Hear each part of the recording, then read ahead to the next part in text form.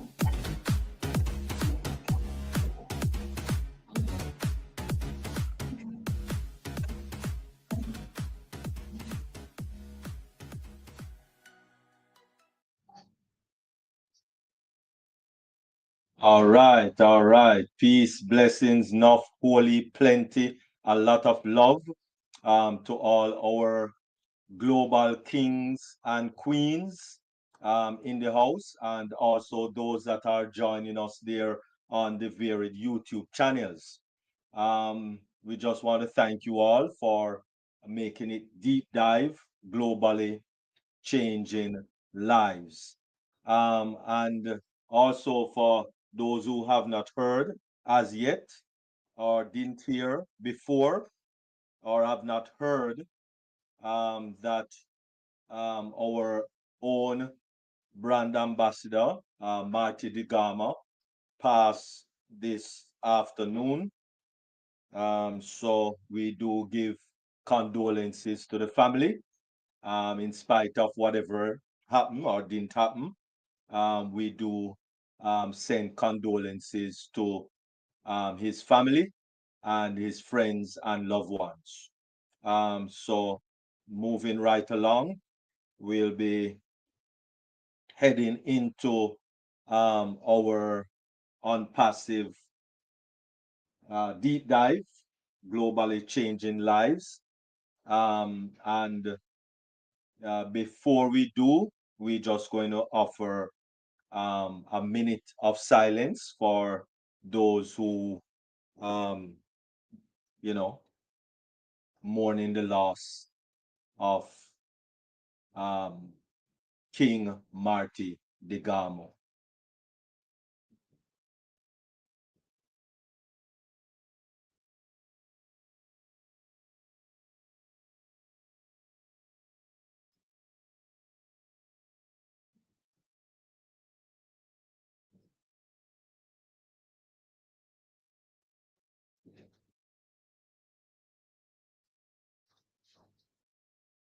All right, thank you all very much. And so, running right into our program, we are going to now have In It to Win It by our own Lerato Shadari, Queen Lerato Shadari. And of course, this song has been gifted to us from the onset, and we have been using it in deep dive, globally changing lives for all the life of deep dive, which is over 4 years now, and still running without any stop, without any itch. Well, with a few itches, but has been running non-stop. So we do thank all the persons who have been with Deep Dive, and we thank you all very much for all that you do. So without any further ado, it is in it to win it. Queen Loretta Shadari, international, global singing, recording artist. Over to you.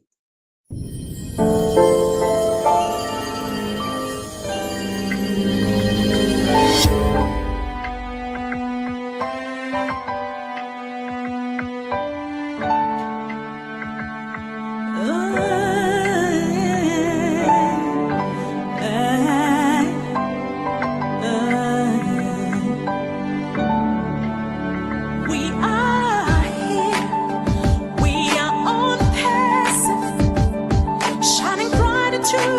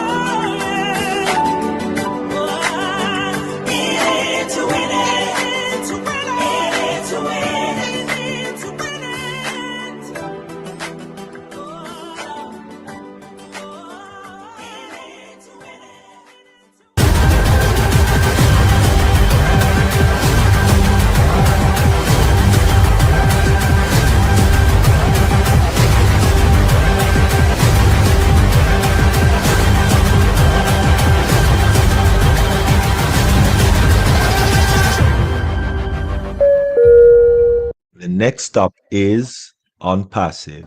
Stand clear of the closing doors, please. All right, wonderful, wonderful. Thank you very much, Queen Lerato Shadari. Right, and of course, moving right along once again, we have none other than our mindset. And mindset is very, very important, especially to me.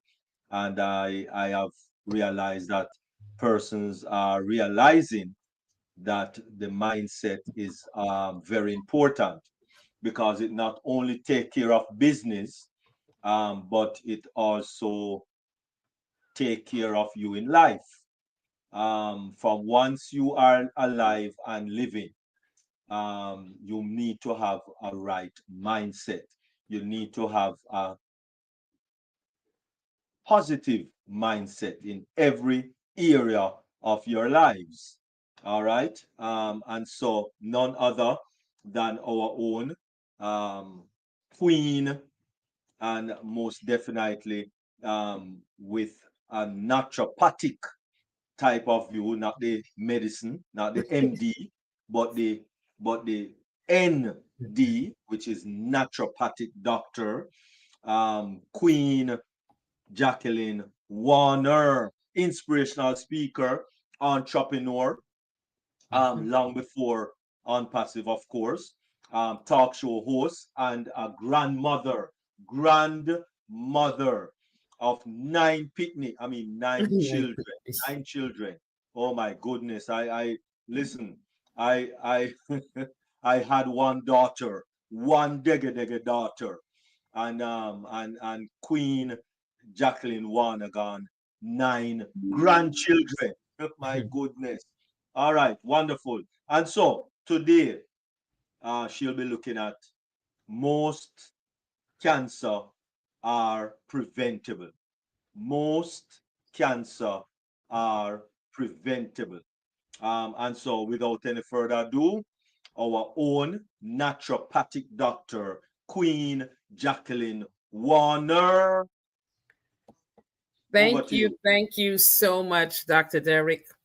Thank you for allowing us to be part of this amazing platform. And thank you for being such an amazing leader. We thank you for all that you do. And we congratulate you once again on your union with Mrs. Clark, Miriam Clark. So we thank Ash Mafara for allowing this amazing for us to be part of this amazing opportunity. And I just want to thank God for our patience and thank, for guiding us and ordering our steps throughout this journey. I want to thank the brand ambassadors for always supporting and showing up. We appreciate each and every one of you. And we want to thank our Heavenly Father for making this all possible, because without Him, none of this would be possible. He's the God that changed impossible into possible. What an amazing Father that we have, spiritual dad. Anyway, I'm going to just say, my condolences goes out to Marty DeGarmo, family, friends, and business partners. And may his humble soul be at peace with our Heavenly Father. Yes, tonight we're going to be talking about most cancers are preventable, and why? Because cancer is on the rise, and we never seen it like this before. We heard of it, yes, but not to the extreme. It looked like it's more epidemic. Everybody's getting sick, and when they do go to the hospital, they find out they have cancer.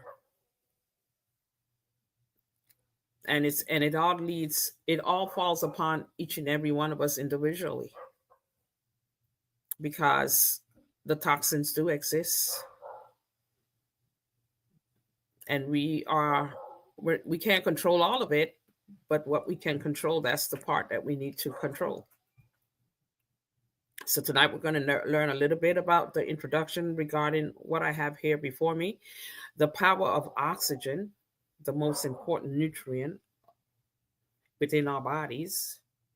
The metabolism of cancer, Warburg's discovery, it was a genetic versus lifestyle, the everyday foods that feed cancer. We just zap through them because we know most of them already. So we're going to get started.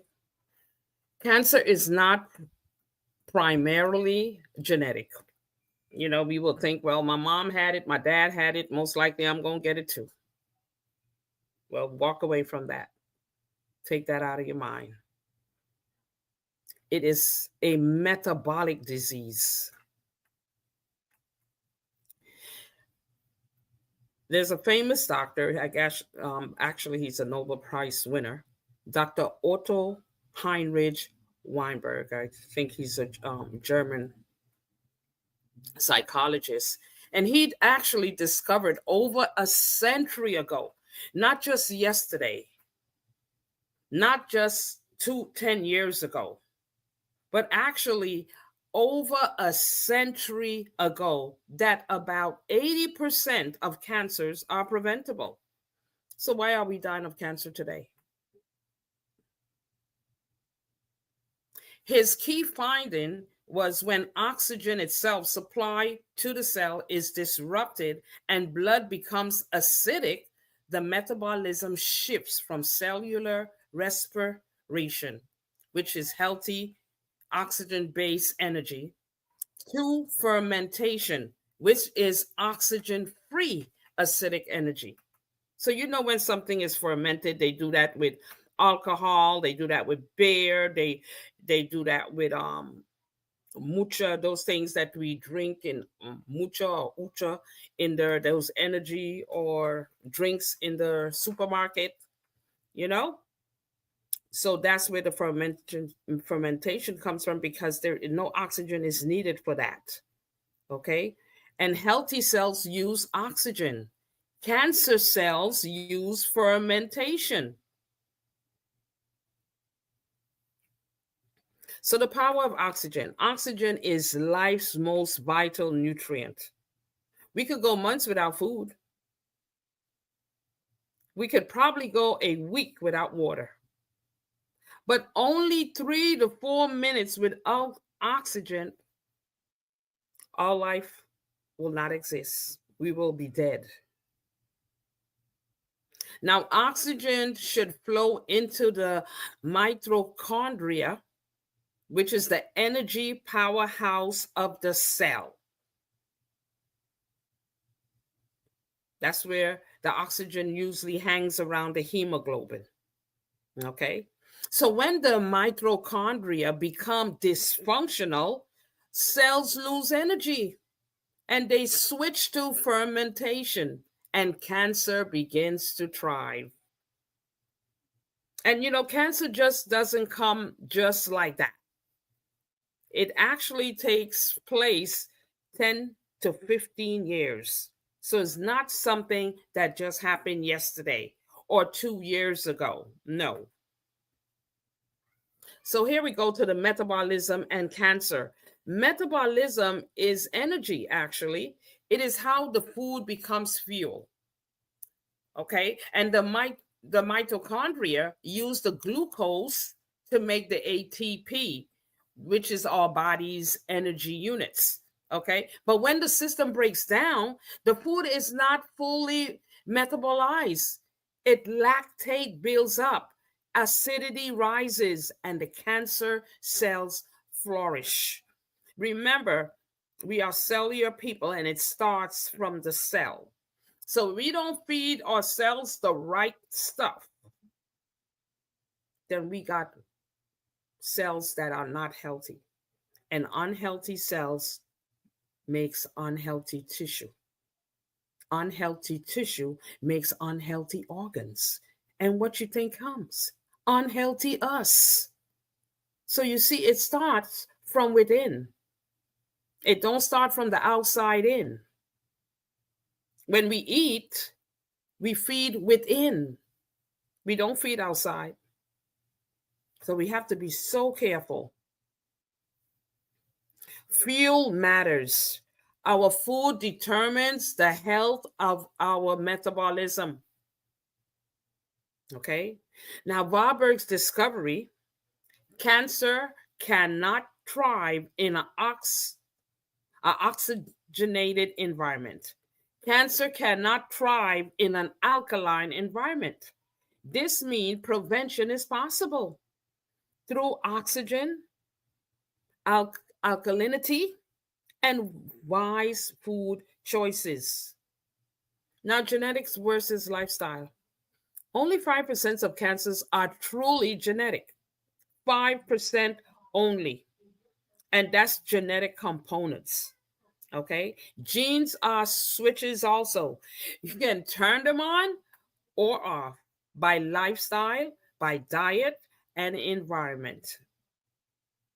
Family history is not a guarantee. It's just a wake-up call. Okay. And the everyday foods. And we know them. And you probably said, well, why are they in the supermarket? Why are they in the shelves? Why? Because when they created these toxins, they only looked at them individually. They didn't look at them as a whole. They didn't think like if you're putting in when you look at the box of cereal or any, a can of vegetables, and you read all the ingredients, especially cookies, they have so much, sometimes I pick up the stuff, I said, oh my God, you got so much for me to read. Let me just put you down, because it's too much. If it takes all that to make you taste good, then you're not good, So they do all that and they only focus on the one toxin alone. They overlook the rest of the toxins. So it's individually, they're not looking at when we put all these toxins, what the side effects are going to be. And not talking about your household products that you use around the house. Those are chemicals too. So that's another added dose, And then you talk about your environment, what's in the air. So we give ourselves 2 to 3 doses of toxins daily, every day. Okay, so processed and refined meats. That's all hot dogs. That's all bacon. That's all hamburgers. That's those deli meats. When I walk in the supermarket, sometimes the deli meats is all there. People just eating cold cuts. A quick, let me just get a sandwich and I'm good to go. But we don't know that those things are carcinogens, actually. They have sodium nitrates and they got nitrites and they got all these preservatives to keep them fresh. Once you open them, just like Publix, once they open the meat, they have to toss it. They have to throw it. They cannot use it the second day. It starts to ferment. It starts to grow that fungus and bacteria on it. And we smell it and we can see it because it's slime. It's already turned to slimy with a white film on it. I know. Okay. And these are classified as group 1 carcinogens, same as cigarettes and plutonium and uranium. These are all cancerous, widely eaten daily, given multiple toxic doses throughout the day. And then we want to know, where did it come from? I didn't do this. I didn't do that. The first thing they ask you when you go to the doctor after being diagnosed, did you smoke cigarettes? But cigarettes is not the only culprit. If it was, we could just wipe it out. Most of us will be healthy. But it's the food, the processed and refined meats, the refined sugars, and you know them, high fructose corn syrup is in almost everything. You find them in your sodas, your candies, your baked goods, your cereals. Cancer cell feeds on sugar and ferment it quickly. I remember when the ambulance came to get my sister, and the paramedic said, cancer thrive on sugar. So it's a known fact. We don't have to go and do research to figure that out. Everything we buy in the supermarket has tons of sugar. When you're supposed to have like 2 to 3 grams the most, imagine if you're supposed to have 2 to 3 grams a day and you pick up a bottle of soda that says it has 28 grams of sugar in it. And then later on, you're probably going to have another soda. And maybe an ice cream or a pastry later on in the evening. Cancer loves sugar. And it loves the unhealthy sugar. So we got to learn to take the good and leave the bad where it's at. Sugar creates acidity. It suppresses the immunity and it fuels tumor growth. You know, I just had a business partner tell me that, you know, a friend of hers has a tumor in his head. He has a tumor somewhere else. And sometimes it comes from us not taking care of ourselves the majority of the time. The white flour and refined carbohydrates. These are things that we hear over and over and over.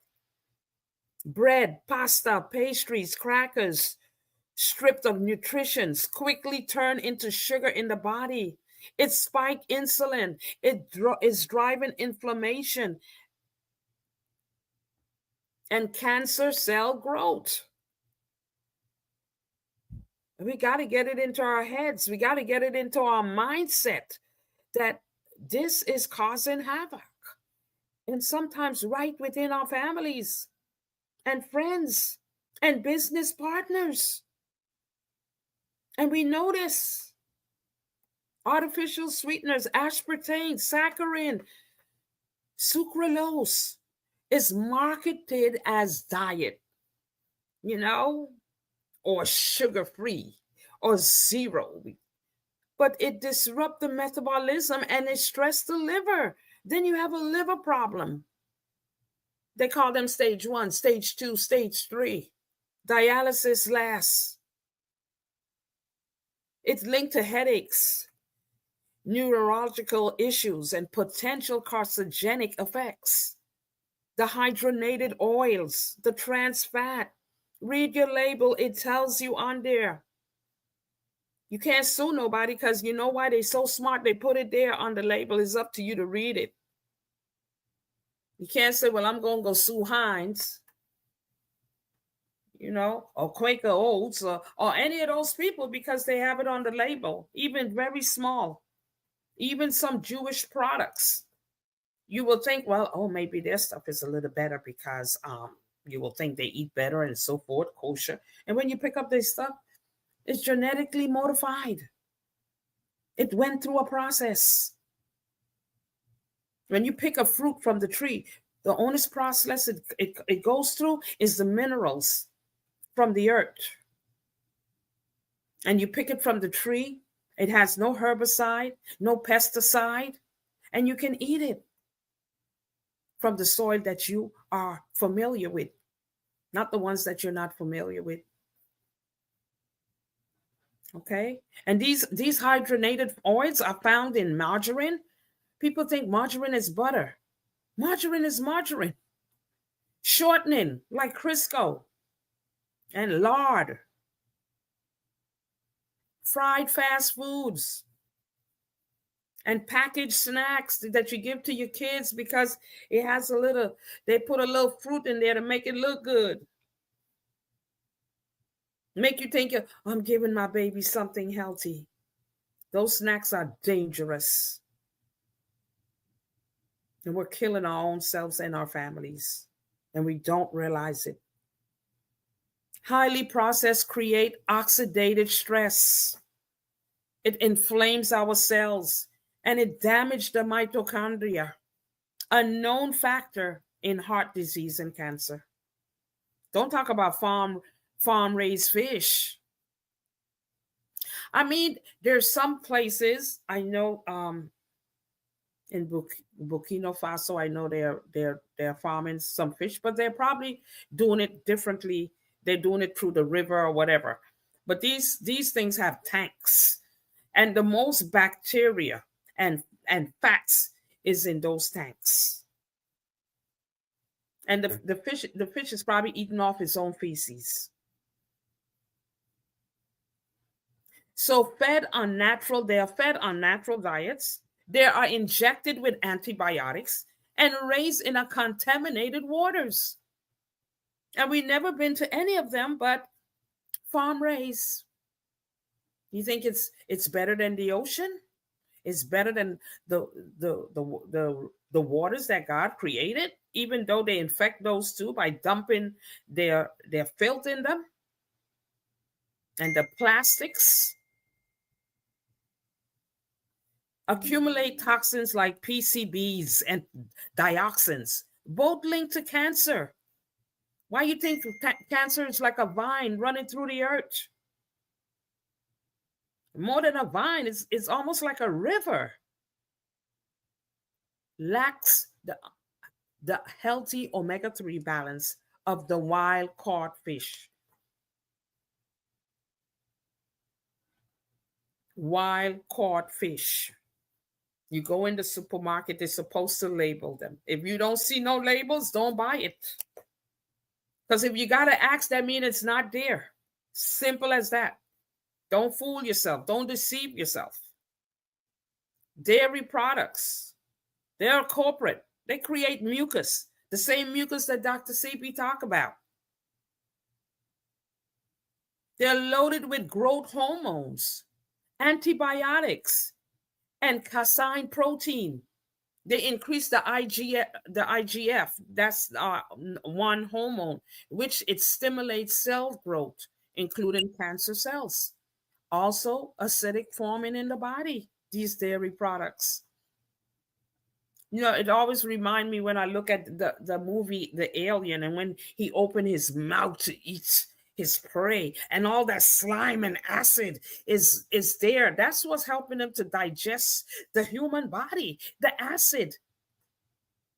Just think of it, you know. Then we got alcohol, who we said last week was not our friend. It breaks down the acetaldehyde is a toxic chemical that damages the DNA. It's strongly linked to cancers of the liver, the breast, and the colon. We're not saying you can't have a drink now and then, but some people drink it daily, and not only daily, throughout the entire day. Not just one drink today and the next one tomorrow. 3 and 4 of them a day. And they're supposed to stand strong. No, you can't. Alcohol creates inflammation and it weakens the immune system. Don't talk about the chips that we love, the potato chips, the fries, and the burnt foods. You know, cooking starches at high heat, deep frying, grilling, forms acrylamides, a cancer-causing compound again. You know, I was walking from the supermarket the other day and I could smell the oil that I think it was a McDonald's close by. And I could smell the oil and I said, Lord, that oil is no good. I always say when you start doing the right thing, you will know the wrong thing. But if you keep on doing the wrong thing, you will never know what's right. And it will always be right to you. And this chemical, this cancer-causing compound is also found in potato chips, French fries, and even charred barbecue meats. And don't talk about the canned and processed foods. You know, those cans contain the BPA, that's bisphenol -A. That's a chemical that disrupts the hormones and increase cancer risk again. Maybe also high in sodium, and which we know because when I read the labels and I see the sodium, I just put it down. It's too much sodium. And then you worry thinking it's only your table salt. You might not even be using the right table salt. You got to research what you be putting in our bodies. We got to question it. It got apps that you can use now. You don't have to read the label, just point your phone to it and it tells you if it's good or bad. It gives you the best out of the bad. Many are also high in sodium, preservatives, and additives that stress the body. And I'm just going to conclude and say, cancer does not develop overnight. It takes 10 to 15 years to form. And so when we get to that age and we're like, why am I sick? What is going on? It's years of abuse. It's years of not saying, let me check. Is this good for me? Let me find out. Prevention begins now, not after you're being diagnosed. Because you know why? You'll be going backwards. But if we start today, we got a better chance of a better tomorrow. By avoiding cancer, feeding foods, because that's what they feed. They feed cancer. And oxygenating the body. And keeping the blood alkaline. We can create an environment where cancer cannot thrive. So I hope this topic brings some insight. And, they always say the light is at the end of the tunnel. And I hope that there's light at the end of the tunnel for each and every one of us. Because like it's saying, prevention starts now. It don't start once you're diagnosed. This message is not for the person that been diagnosed or the person that has cancer. It's for everybody because it's going to affect everybody. Children, babies, children, youths, adults, grandparents, everybody. So it's not for a particular people or a particular race. It's for everybody. And we got to learn to take heed when we're able to make the changes. Because like I said last week, we don't want to be a burden because people can't handle burdens very well. Okay, so I thank you again. My name is Jacqueline Warner. It's a pleasure to bring the information that I myself need. So I thank you again and enjoy the rest of the webinar. All right. Wonderful. You're welcome. Wonderful. Thank you very, very much. Queen Naturopathic Doctor Jacqueline Warner. Thank you. Really appreciate. Yes, cancer can be cured. Many cancer can be prevented. But you see, a lot of persons eat to live.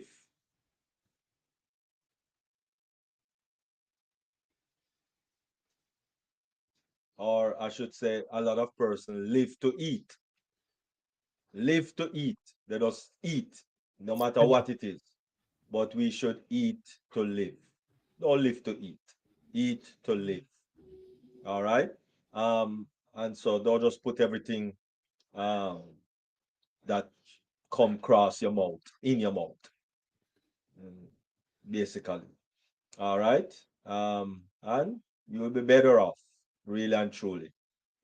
Because if it don't reach in, then you don't need to take it out. You don't need to take out something that is not in there.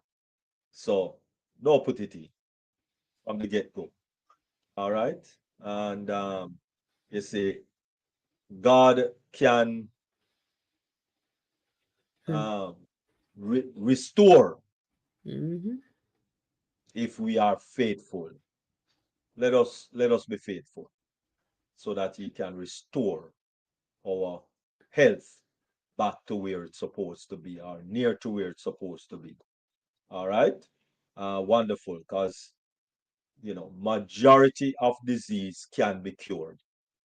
Majority of diseases can be cured.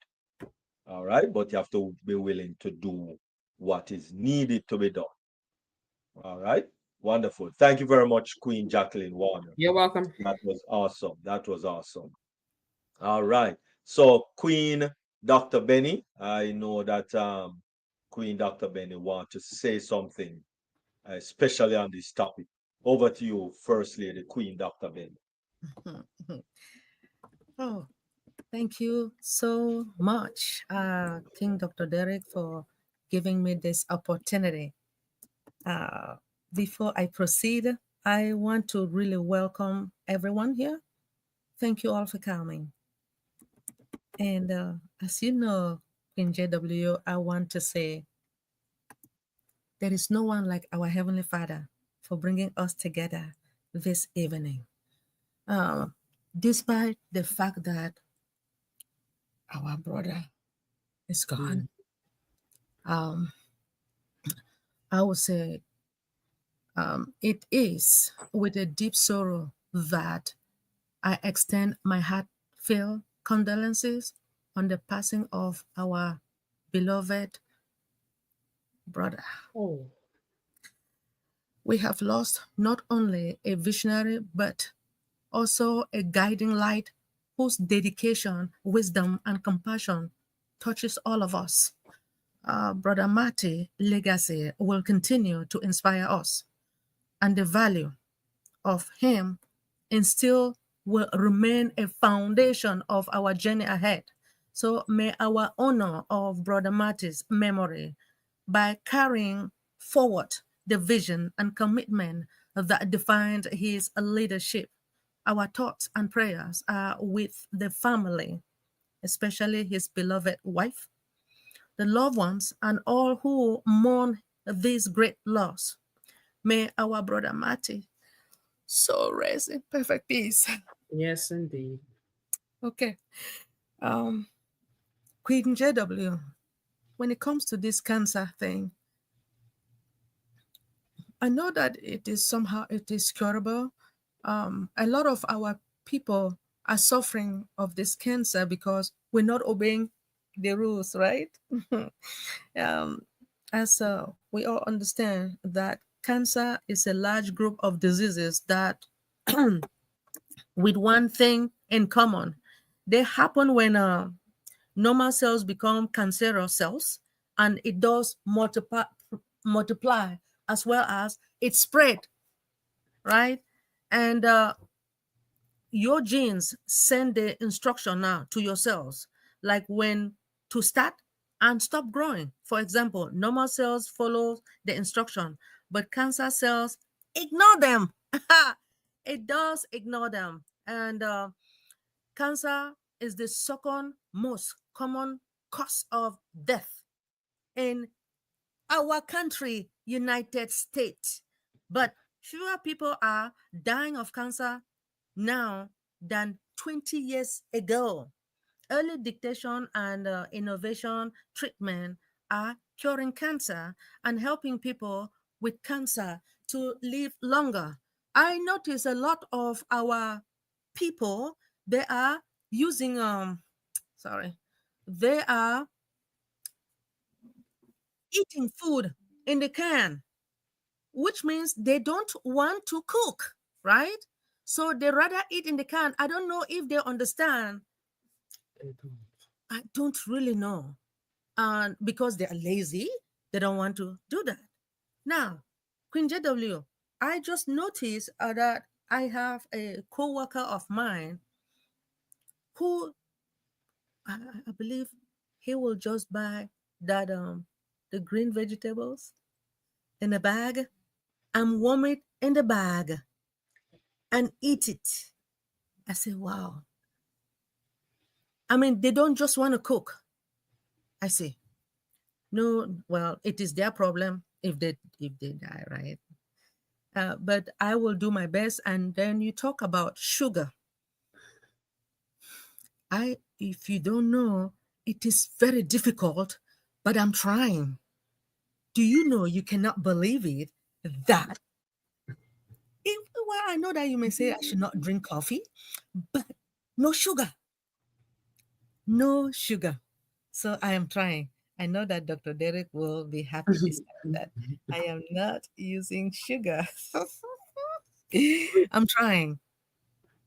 It's okay, right? Remember, it's a stimulant. Coffee is a stimulant without sugar.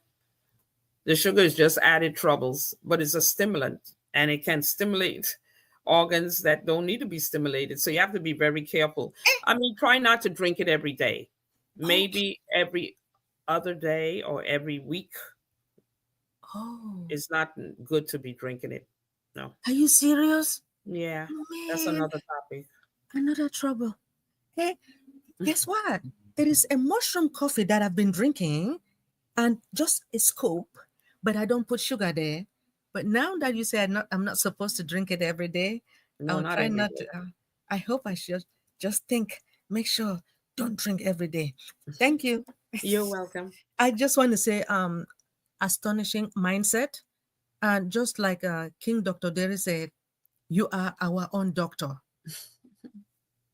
This mindset, because he make us to understand that mindset is very important to him. We love you for that.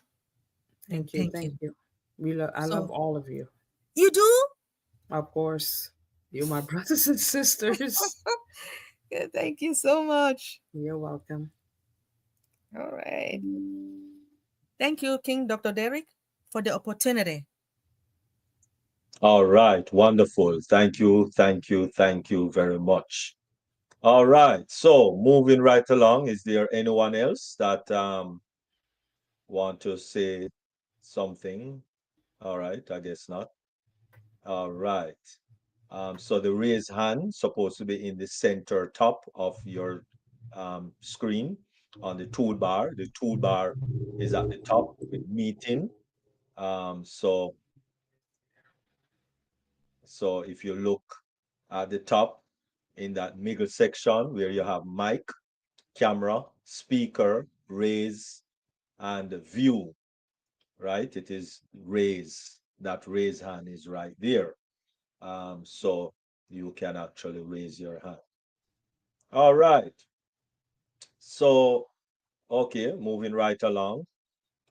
We do have another presentation, and of course, this presentation is going to be done by none other than our King,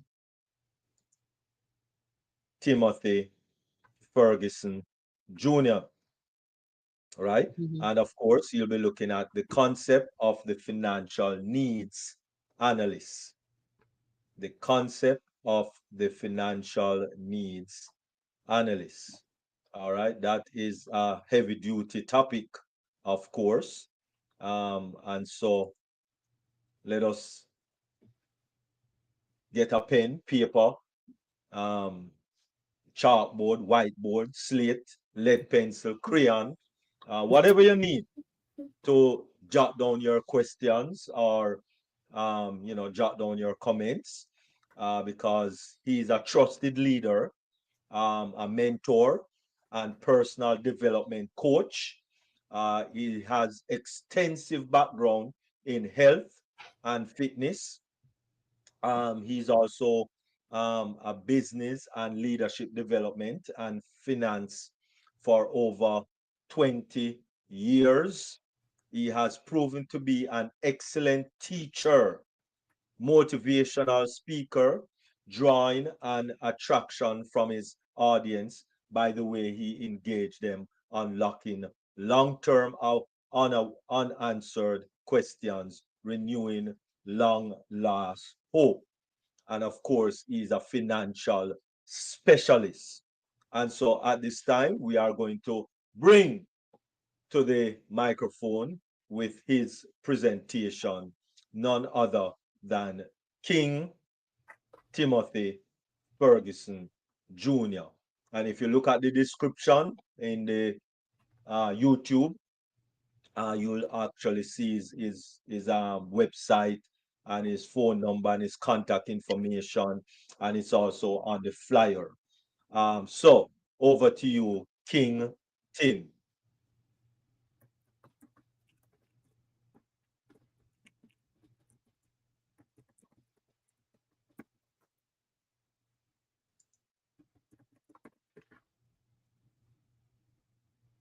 King Tim. I'm There sure we I go. saw you. Alrighty, yeah. Yeah, I Oh, needed you to unmute me. I wasn't unable to unmute myself. Thank you very, very much, Dr. Derek, for that opening. Again, it is always a pleasure and it is always an honor to come here on Deep Dive to share what I do and something that can be of benefit in some form to all of those out here who are in need. Uh, excuse me, I'm kind of the weather's changing, so it's kind of messing up my voice a little bit. Sister Jackie, I need some ginger. But I also want to say, Sister Jackie, wonderful, wonderful message and word that is very, very essential. That I wish more people heard what you shared, because it is these things here that people need to hear to really help them unlock bad habits, and which is getting letting go of these things. And so all I can say is keep on doing it, keep on speaking. I'm in your corner. um Amen. Thank you. so today I'm here on talking about the financial needs analysis. Now, you guys, if you guys were present a couple weeks ago, I did a presentation on time management. And just to kind of give you an idea of what that was referring to, was basically understanding that we all have a certain amount of time. We all have 168 hours of the week that we utilize it for us to be able to live our life. That incorporates the amount of time we need to sleep, the amount of time we use to eat, the amount of time we use to rest, spend time with family. And then things outside of that are matters that either involve wasting my time or investing my time. And us really wanting to identify where do I fit on that bar in terms of that. And if I'm one where I'm saying, I feel like I can't get over this hump of becoming great in what I do. How do I do that? And that is learning how to convert wasted time into spent time. Today, I'm going to talk about moving over to the financial side of things, which are finances, which is something that is a huge matter in our day to day, just like our time is. And what I want to share is something that I believe it is essential that each and every one of us are to have. I want to take it just like if you having a doctor, a a general practitioner. Each and every one of us should have a doctor. Each and every one of us should be going to see a doctor every 6 months, or going to see a dentist to getting a checkup. These are non-negotiable needs that each and every one of us has, or at least should have. In addition to that, when it comes to finances, the financial arena is this arena for most of us where we're just kind of wherever, in what we do. I kind of like what with Sister Jackie said about, and how you all said about how we think and we eat for the now, and we don't think about tomorrow when it comes to how we eat. Well, it's the same thing when it comes to our finances. Usually when it comes to our day to day, our life, spending, bills, we're so focused in today, tomorrow, next week, next month, that we lose sight of 5 years, 10 years, 20 years down the road. You might hear yourself saying, or you might hear people saying, "Oh man, I'll get down to that time later. What I'm dealing with on my plate right now is the priority. I'll get to that later." Here's the thing, and I want you guys, to ask yourself the question, if that be you or someone how many people have you come to who said, "I'm going to get to that later," and then later comes around and they still haven't gotten to it? Whether it's like, "Hey, everything better now? Are you getting things better in order in your finances?" No, still haven't gotten to it yet. And what we must understand, that when it comes to pushing things off, guys, it stays pushed off, because everybody we all have this idea that things are going to get better, and so when things get better, then I'll take care of that. And what we have to learn is we have to learn how to handle things in the manners and where they're at, and not rely on things in the future, because we don't know the day of tomorrow. And so usually this is the reason why most matters, we're in the same position we were 5 years ago, 10 years ago, today. And most likely, if we're doing the same things we were doing, we're going to be in the same position, if not similar, 10, 15, 20 years from now. What's worse is the habits that I have developed and the mindset that I've had. I've inherited that from my parents, grandparents, family, people around me, and I've also passed it down to my children, and that's being passed down to my grandchildren. So now we can look at generations and saying, wow, our generations are similar. You know, we all have lives that are very similar in the flow and the way they are, and why. And some would say, well, they would give an excuse as to, well, things were different in my time. You know, you have better advantages, or things were just different. And these are all true. These are all things that are very different. But rather than looking at the differences, let's look at the objective center point of that relates to all of them. And that's when it comes to, it's to the mindset and the way we're handling things. And so I believe everybody above the age of 18, I mean, even my 10-year-old basically has this common sense. If I were to ask you the question, let's say you decided to pack up your family in the car and just say, we're gonna go on a trip to the other side of the country. If you're in New York, we're gonna go to California. If you're in California, we're gonna go to New York. Wherever it is, would it make sense for you to just jump in the car and just drive west or drive east? You know, who would just drive and just say, let's just follow the exit signs? Nobody does that. And in today's age, what do we all have access to in our cars? A GPS. Okay.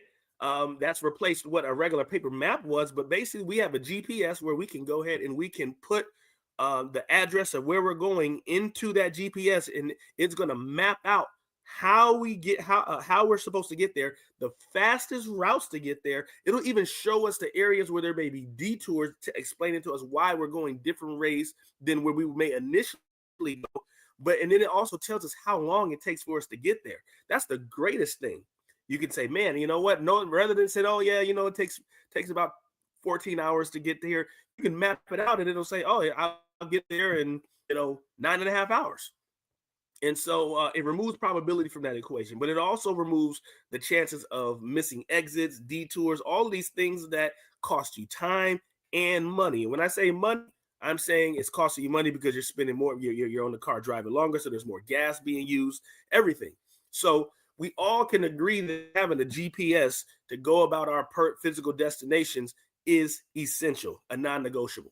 Well, each and every one of us, for the most part, that has that same agreement when it comes to a GPS, when it goes to going about a destination. If I ask this question, and I challenge you to do the same thing yourself. If you say, hey, do you have a written financial plan written on paper? 90.99% of the people are going to say no. The other 10% are going to say, I don't even know what that is. And so and as a result, we got to ask ourselves the question, especially when we look at the financial turmoil, the financial challenges that we're in, that we're not in these challenges for just no reason. And so what just as much as it is essential for every single one of us to use a GPS to get to our destination, we should also be utilizing a financial GPS for our financial destination. Think about this: working 40 hours a week, you're committed to your job, you're contributing to a 401k, some form of investment, and you're planning to do this 40 years or whatever the case, and you're saying, my intention is I'm going to live off of 80% of my income in my retirement. Okay, that's the plan. That's what all of this is being set up for. But here's the problem: most people have no clue where they're sitting at in position to that. You're 10 years into your job, 15 years into your job. Are you poised to be prepared to retire? I don't know. And guys, here's the thing: you can either find out ahead of time, or you're going to find out when you get there. And nobody likes finding out when they get there that I'm not ready. And so when it comes to our finances, like I said, I believe all of us should have a financial GPS. And here's the thing that I do. I would ask a person, just simply, I said, hey, curious, do you have a written financial game plan? They say no. Then my next question is, would you want one if it was free? To me, I've never heard someone say, no, I wouldn't. Most cases would say that all depends on, if I want one, but it all depends on my income. I can't afford it. Most financial game plans charge anywhere between $1,000, $1,500, as much as $2,000 if you go to a bank and talk to a CFP. So most people who are in some type of financial hardship can't even afford to get a financial game plan, which is where I come in and I ask the question, would you want one if it was free? I've never heard anybody say, no, I wouldn't, unless they just thought I was just teasing them or something. And so as a result, I sit down with people and explain to people, my objective in working with you is to create total financial freedom, total financial health. What does total means? Everything, not just saving in one area, but everything. And guys, what the financial needs analysis tool does, it maps out your financial health. It tells you where you are, where you're going, okay, letting you know that, hey, and then showing you if this is where you want to go. And in this case, in this matter, this is where it's going. Are you content with that? Most people see that, they're saying, no, I'm not content with that. But then it shows you, okay, this is what you can do so that you can get on the right path. And guess what? We're showing you how to do this with what you already have.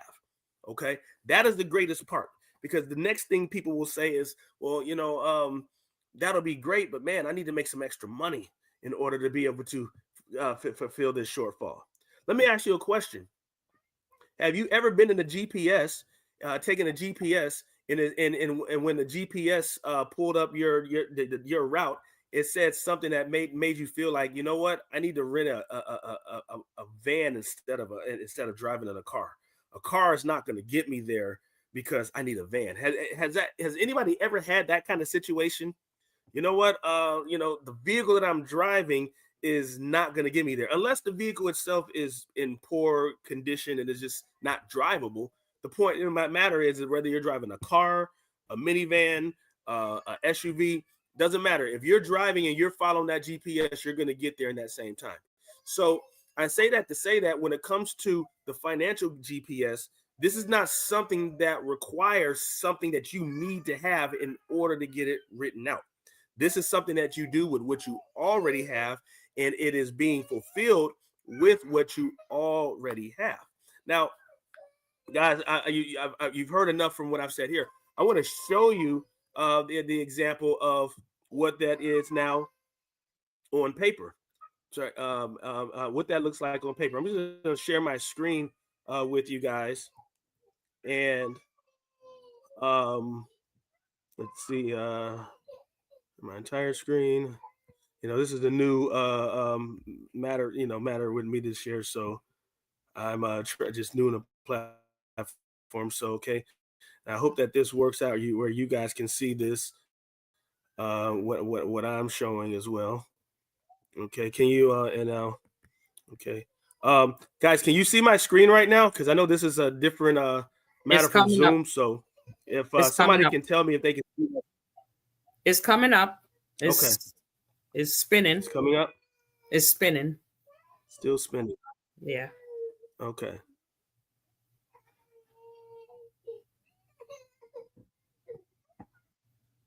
Please excuse my background. I have a 2-year-old that is very tired and doesn't want anybody but me right now. Wow, that's okay. So we can see your screen right now. Still spinning? No, it's up. You do see it? Yeah. Okay, great. All right. So guys, for those of you guys who do not know or weren't familiar with before, I'll say again, I am a representative of a personal direct independent contractor of Primerica. If you've never heard of Primerica before, that's fine. Most people don't know about us because we do not advertise. We are specifically a referral-based market company, and the company's been around over since 1977. It's older than me. We have over 110,000 regional offices in the nation, and we have average over 50,000 new clients a month because we have a heart of putting people's needs above our own, unlike Wall Street. And therefore, we're performing these and helping people receiving total financial health, starting with this tool right here that I'm showing you right now, the financial needs analysis. Now, what I'm showing you right here, guys, this is just a little dummy analysis. This is not a real couple. This is just a couple that I just made up. I've been doing these for so many, so long. I just said, let me just put something together with some numbers just so you can see the numbers. And so this is an example of, I sat down with I and She Money, and they have a children called Their Money. And the first thing that we're going to do here is what happens is, what I asked for them is, I asked that they provide me their household income, and if they have easy access to any of their bills, whether they're sitting around or something, they can get that to me, that I can take back with me and put it together in an itemized form, so that I can see exactly how much they owe in debt, whether that's credit cards, car notes, mortgage, whatever.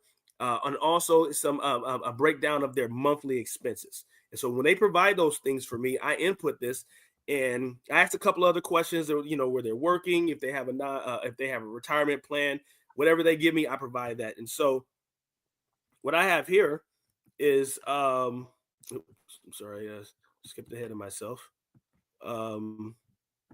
Okay. This is basically what it comes together when we put together basically a blueprint for your financial house. Our commitment to you is, we want to identify areas where you can free up money for future goals and dreams, help you establish the priorities of your wealth building objectives, help you transform the blueprint for your financial security into a reality.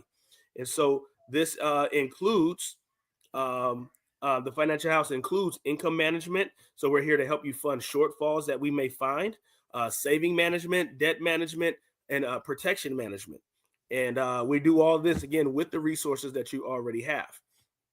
And so here's an example of I and She saving for retirement. We have an example that they have a current income, household income of about $12,000. Their income goal is to live off of 80% for retirement. In today's money, that's $9,600. By retirement, that's $29,000. Okay. They have an estate to be left to their child. Basically, the retirement age they have for one another is age 67. They're currently 38 and age 40, and they're expected to live anywhere between 17 and 19 years from, in this case. They have a total of $31,500 in retirement savings. Total monthly savings, $1,250.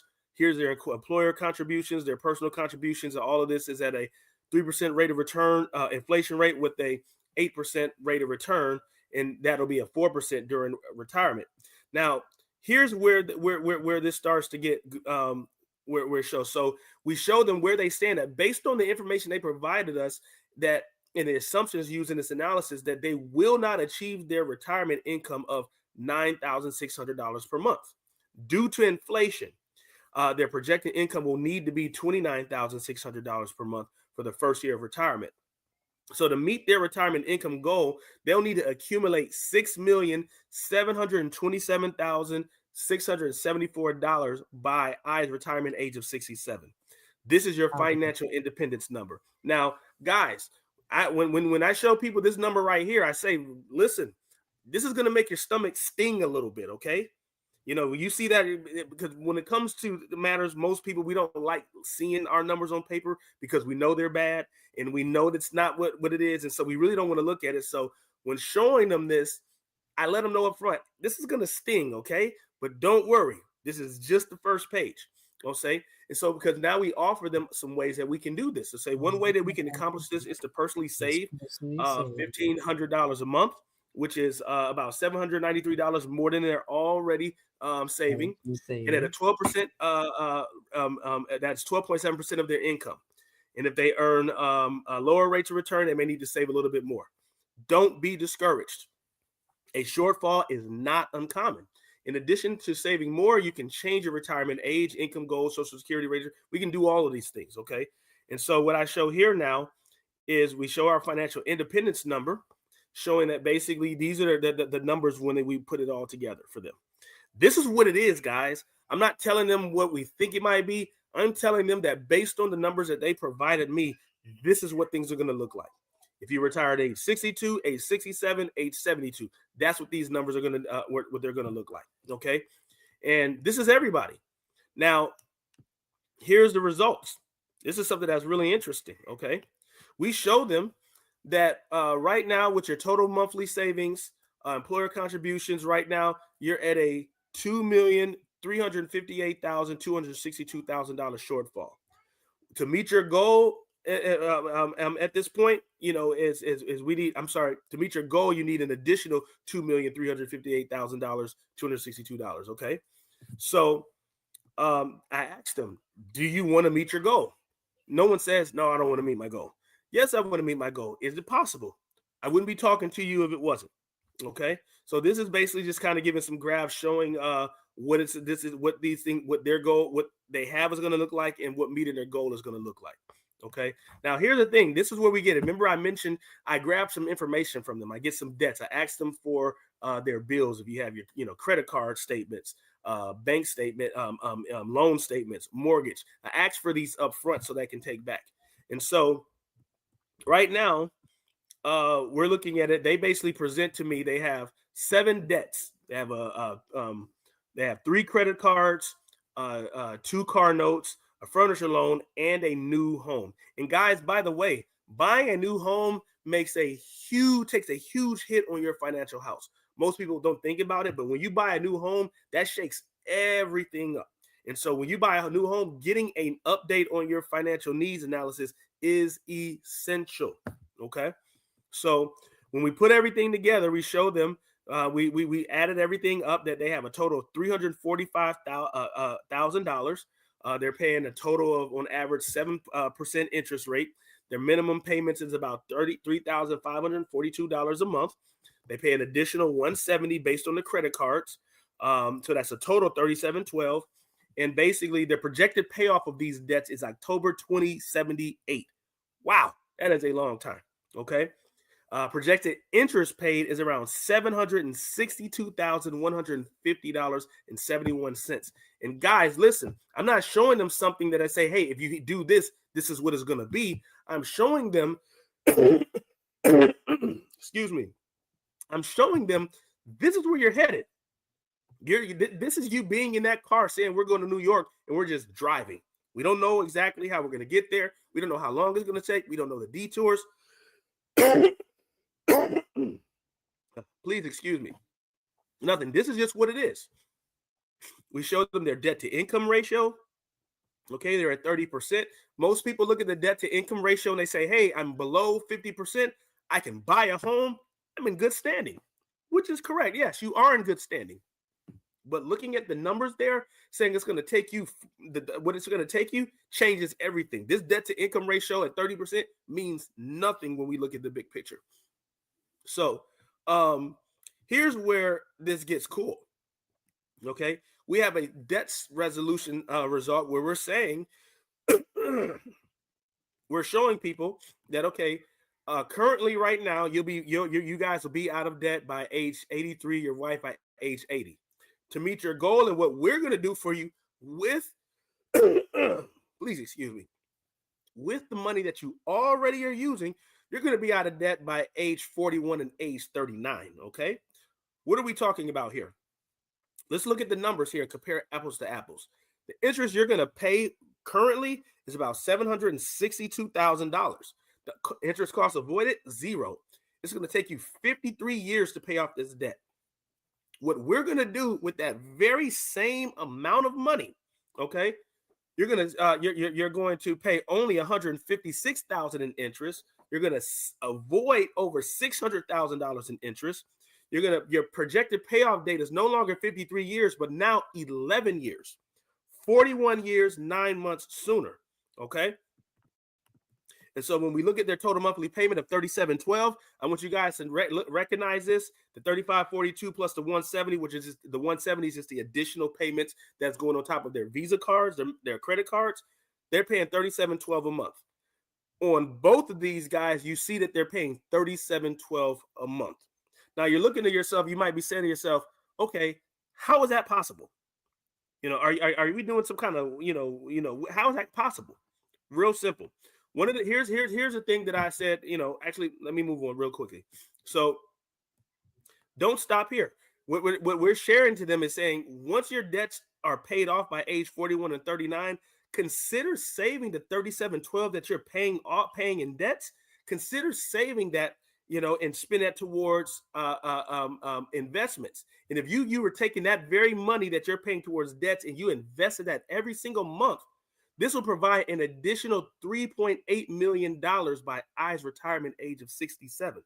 Now, you remember that financial interest number that made people sting, like, oh my gosh, that makes that sting go away very, very quickly when we're saying we're going to take your debt and turn it into an investment stream that is going to now generate more money. You'll have more than enough to be able to live off of for retirement. You'll have enough to also build a estate. And so how do we do this? Is through debt stacking. Guys, debt stacking is nothing new under the sun. We didn't create it. We're just simply utilizing it, and we're helping people do it for free. So the debt stacking tips that we're showing people is, it looks something like this. The system pulls everything together and say, okay, we're going to take your smallest debt. We're going to look at the revolving debts are going to be the first things we're going to start focusing on first, where you were paying an additional $275 and $200 on the other two credit cards. You're going to stop and you're only going to pay the minimum balance of those. And then you're going to take those two payments and add that on top of the AMX credit card that you're currently, that's going to, as an accelerated amount. Okay. Once that's paid off, it shows your projected payoff date. Okay. Once that AMX credit card is paid off, now you have that money freed up where all of that is now going towards the MasterCard. That's now $275. Once the $275 is paid off, you have $425 created that is now going towards paying off your furniture loan on top of the $140 that you're already paying. Okay. So this is accelerating. Next, that furniture loan is paid off. Now I have $565 freed up that I'm now adding onto my first finance vehicle, paying that off. Okay. And then it's the GM truck. And then lastly, my home. And that's how I get my debt freedom date, where everything is paid off in acceleration. Now, guys, here's the thing. I was talking to a client just the other day because we were talking about this, and he says, I currently have a mortgage. I got the mortgage a couple of years ago. I'm in a mortgage acceleration program. Is that okay? Is anything wrong with that? I said, no. I said, there's nothing wrong with that at all. It's great that you're in a more accelerated mortgage payoff plan. But see, here's the only caveat with this. What I told him, I said, here's the thing. You yourself are not the ordinary. You're a millionaire. Okay, this is a gentleman. He's got millions of dollars, so he can afford to make accelerated payments towards his debt. Okay, but what I told him, I said, here's the thing. I said the average working class citizen cannot afford to make accelerated payments towards their mortgage. They don't have any extra money. So what you're doing is great, but it only applies to those who have a lot of money. But so this here is something that is built for those who do not have money. This is built for those who are currently in a shortfall with their money, if that makes sense. Okay. And so I asked them the question, how many people do you know that, are in a position that they cannot take advantage of that accelerated mortgage program that you're in?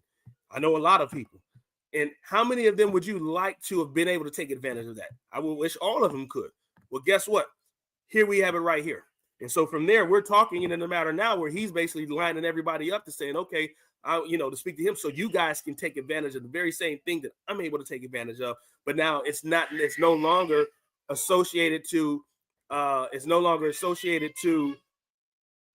wealthy being able to take advantage of this. You can take advantage of this as well.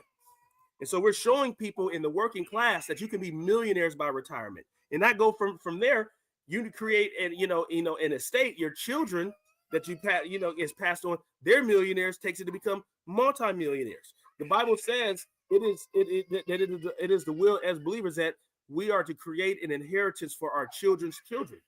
Guys, it's very hard to fulfill that word working on 40 hours a week, where you may have earned over $1 or $2 million based on your salary, but you have very little or nothing to show for it after.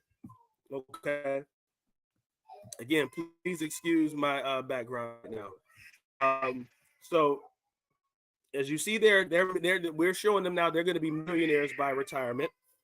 And now we want to look at some other things, because one of the things that we talk about is the financial house, life insurance needs. I like to call it income protection, asset protection. Why? Because, hey, if you're the breadwinner in your house, you're making $75,000 a year, and something happens to you, well, that mortgage, that car note, everything that you are living off of in terms of income, all goes awry. Okay, and so as a result, you know, and no person who cares about their family wants to leave their family in a position where their lives are now destroyed because they're gone. And here's the thing, guys, we're all, our demise for us is at some point. We don't know. You know, we're all going to pass sometime. God forbid, we hope it's not tomorrow. But what sense would it make if we know this to not position ourselves to protect ourselves in this matter going forward? Most people say, well, you know what? Yeah, I know I need life insurance. Just not around to it yet.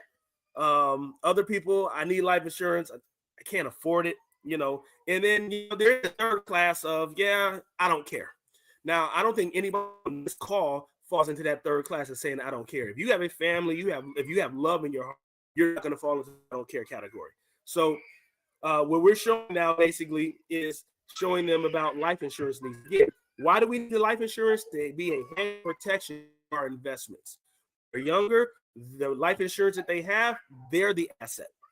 As they're getting older and they're building investment, those assets that they build assets, they now have what you call tangible assets. And guess what?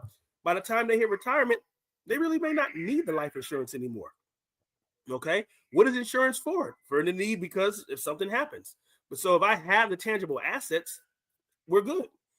And in the case, I don't know anybody who's on the wealthier end who says I have life insurance, except for the matters that say my intention is to give it to my family so that it can be placed on assets under management. I'll talk about that at another time.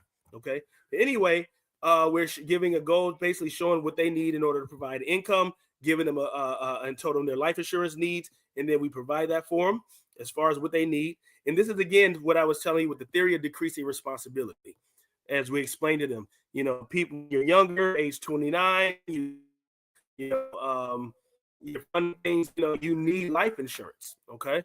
But as you get older, your assets grow, your children are all grown, your education's funded, everything's paid off. You don't need the life insurance anymore. So what we do is we have the system set where you're covering life insurance, but we want to save you on any life insurance you have. Let's say you have final expense life insurance or some form of whole life IUL where you're paying $250 a month for just $100,000. We can save you on the term, whereas you can get that same $250 for a fraction of the price. And the fraction, that savings, is now going to go towards an investment vehicle that by the time you hit retirement is going to be way, way more than any cash value that's built up in a final expense whole life policy. Okay, so I'm going to move on a little quicker here so we can keep going. So these are just basically some matters that we put together, some life insurance results. What they currently have and what they need in order to go. And guess what? Like I said, do these things also using money that they already have. So there's never an excuse of I can't afford it, or I gotta get another job, or I need a raise, or we need to work a second job to do this. No, remember what I said when it comes to the financial GPS. Nobody's in it. When you're in a car, no one's going to ever feel insecure saying, man, my Honda is not going to get me there because it's a Honda. I need to get into a GMC Yukon instead. No, it doesn't matter. It's 4 wheels and it's got its full tune-up, oil change, and it's good to go. It's good to go. Okay. So this basically we give them a map showing basically what their personal coverage is, what they need currently is, what it is they need actually to meet their goal. And then we give them a quote provided on that, what that's going to look like. We provide monthly premium tables showing them everything. Everything's numbers. When there's numbers, guess what? It removes probability from the equation and it gains credibility. Okay. Then we basically talk a little bit more about the theory of decreasing responsibility, explaining in their actual numbers are going to look like compared to, what this is like, their specific numbers to the later years. And then we look into the benefits we have for now. Like when it comes to insurance companies, we're the only company that offers the free financial needs analysis. We offer a free financial coach that provides solutions and guidance, offer convenient service through person and electronically. You're guaranteed insurability to age 95, affordable. We offer all of these terms. And when it comes to the other companies, a lot of these companies don't offer these things. If they do, they not to the level of what we can offer. Our objective is not to just offer something, but to offer intentionally do what everyone else is not doing, but also do what everyone else does not want to do. That is what makes us set apart. Okay, because there's now there's no competition. Okay, so yeah, these are all of the things that we all offer that you may not get when it comes with these other companies. And keep in mind, we're a one-stop shop. How many of us excuse me, how many of us like to shop at Amazon? Okay, I'm pretty sure many of us shop at Amazon. My wife loves shopping at Amazon. We're getting packages all the time. But and I know many of you grew up in a time where there was no Amazon, and if you wanted to buy clothes, you had to go shop at JCPenney's, or go to Macy's, or go to Walmart or Kmart. If you wanted to go somewhere else, you had to go different places to get them. Okay, and then you had to develop a credibility and a trust with each and every single one of these places that you shop at to determine, hey, this is where I go to get what. And so Amazon became that one-stop shop that says, hey, you don't have to go there for this. You don't have to go over there for that. You can come here and we'll give you everything. And the credibility, the trust, all of these things that are established is now with one person. And people like that more than having to establish this with multiple, with multiple other individuals. So what am I saying here? When it comes to the financial arena, my company, we are the Amazon of financial services. We're the only company that'll sit down with you. We'll talk about life insurance. Also, just an annuity, and retirement. We can talk about mortgages. We can talk about legal plans. We can talk about all of the things, and it's all under one. And you establishing a relationship with one person and doing all of these things is much, much easier than I need to establish a new relationship with the real estate agent and the mortgage broker. And then I got another guy who handles my investment over here. I talked to another guy who does my insurance. All of these different guys. And guess what? When you're trying to get them all connected, guys, it is very, very hard to get everyone connected because they're all doing their own thing. They're all busy. Most of them don't know what the other one is doing. Okay. And so, so the benefit that you have when you have a one-stop shop is you have someone who says, we can talk about this here, but oh yeah, by the way, your investments are up 18% today. Okay. You're not going to get that just sitting talking to an insurance advisor on insurance only. Oh what, by the way, rates are going down. We can, this is a good time for you to refi. And when we do refis, guys, we are the only company who offers split payment refis. What do I mean by that? Okay. If you have a mortgage, you pay on the first of the month, $900. We'll take that mortgage at a wholesale rate APR, not retail, wholesale rate APR, split into two payments. That's $450 and $450, and your term gets cut down by 30%. So that's a 30-year mortgage that automatically drops to 21 years just by splitting the payments. Why are we doing this? Because we're not a mortgage company. We offer mortgage. We are a financial solutions company, total financial health. We want you to own a own home, but we want you to get out of that home as fast as possible so that mortgage money you're paying can go towards building your tangible assets as far as for investments. Okay. And so basically this is where we show now when we sit down, basically building their financial house. We're showing their current spending, available funds, and these are all of the things that they stand. These are what they need to do in order to meet the goals that they're giving us. So again, goals is important. If you don't have a goal, we can't. No one can help you. But we work with them on every one of these accounts. Okay, and these are basically, this is kind of like an income what if that we show them. If you paid out how to pay off your debt even sooner. So hey, if you did an extra $1,000 on top of what you're doing with this here, you'll be out of debt 2 years, 3 months earlier, or in this case, 44 years. You would avoid an additional $652,000 in interest just by adding $1,000 in addition. You can save more for retirement with that. That $1,000 a month more turns into $4.5 million instead of the 3.8 or so. Other goals at $1,000 at a rate of return is an additional $63,000 for other goals, whether it's an emergency fund, education, vacation, and as well as other benefits. Hey, you want to, do something you love to support your favorite charity, community, church, however we want to do. And here's one of the things that we do that I talk to people, especially those who are in the church, who love their church and support their church. We work with them and saying, hey, when it comes to beneficiaries, how do you value your church? Oh, I love my church. Okay. Malachi 3 goes into the details of what it means to give to the church.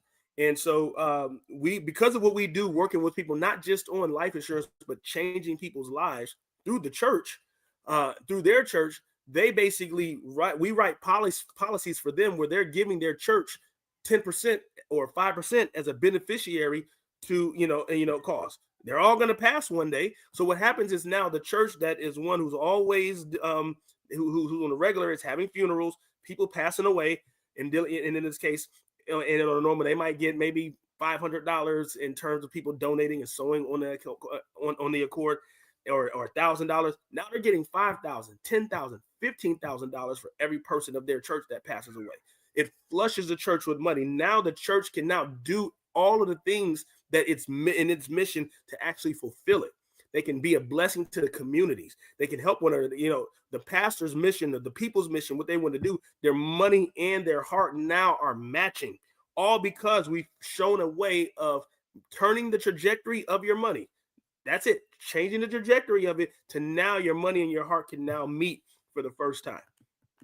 So whether you want to earn, and so for others, and in this case here, people say, some people, I ask them, at the end of sitting down with them, I say, hey, listen, I would be remiss to ask you guys, based on the presentation and everything we did right now, where would you rate yourself when it comes to helping people and making some extra money on a scale of 1 to 10?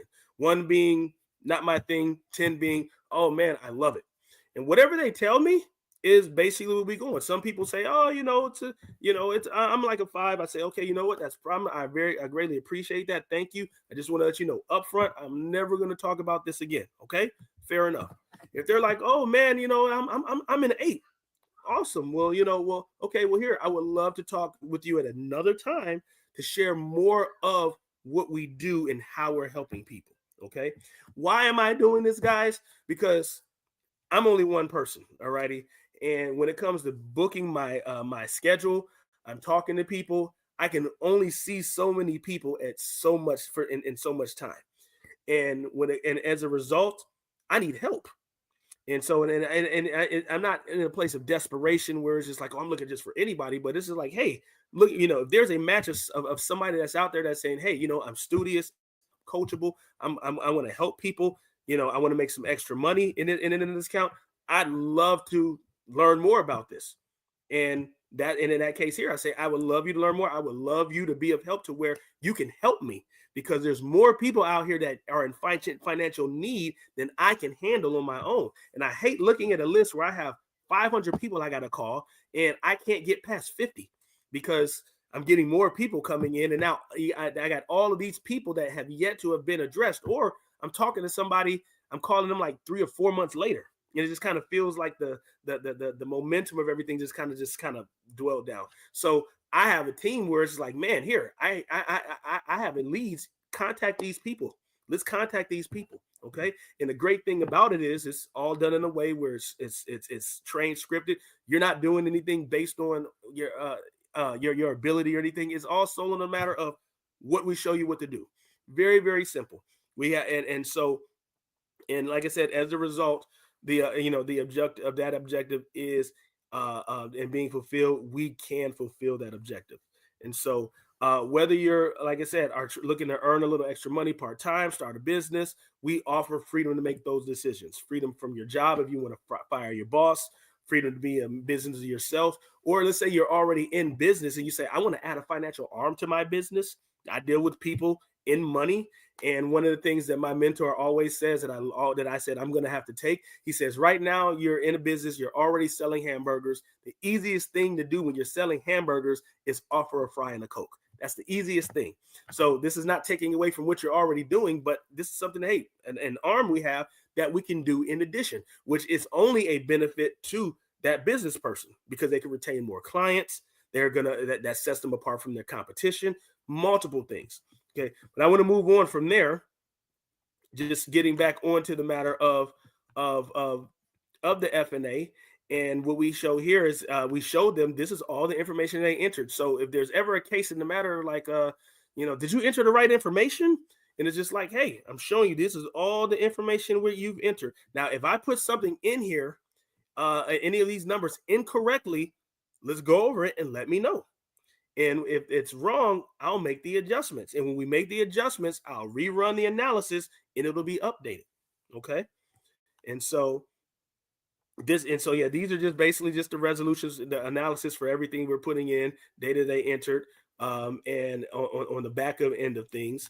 And, as a result, we're all set. And at this point, let's see. Am I back from? Let me stop sharing my.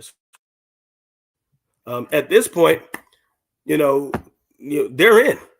It comes down to just one or two things. I ask them. I say, so listen, because I do this for free, because people say, well, if you're doing this for free, what's the catch? Because I do this for free, there's two things that I do ask in return, if that's fair.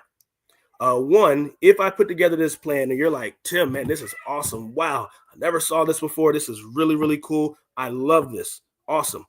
I would ask that you be willing to move forward with me. Fair enough. Fair enough.